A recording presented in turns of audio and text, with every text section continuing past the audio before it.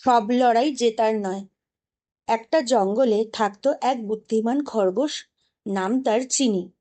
সে খুব দ্রুত দৌড়াতে পারত, তাই ছোটখাটো ঝগড়া হলেই সে ভাবতো আমি জিতবই। একদিন বনের এক কোণে সে দেখলো এক রাগী বাঘ জল খেতে এসেছে।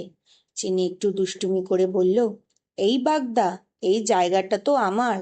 বাঘ রেগে গর্জে উঠল, তুই এত ছোট হয়ে আমায় চ্যালেঞ্জ করছিস?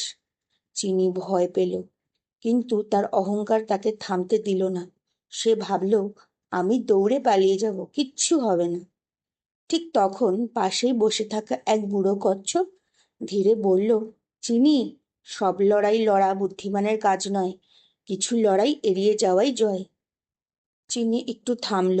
সে বুঝতে পারল এটা খেলার ঝগড়া নয়, এটা সত্যিই বিপজ্জনক। সে আর তর্ক না করে শান্তভাবে সরে গেল। বাঘ একটু অবাক হয়ে বলল, ভালোই করেছিস, না হলে আজ তোকে শাস্তি পেতেই হতো। চিনি দূরে গিয়ে হাঁপ ছেড়ে বাঁচল। সে কচ্ছপকে ধন্যবাদ জানিয়ে বলল, আজ বুঝলাম সব লড়াই জেতার জন্য নয়, কিছু লড়াই এড়িয়ে চলাই আসল বুদ্ধিমানের কাজ। নীতি শিক্ষা: প্রতিটি লড়াইয়ে নামা ঠিক নয়, সঠিক সময়ে সরে যাওয়াই আসল জয়।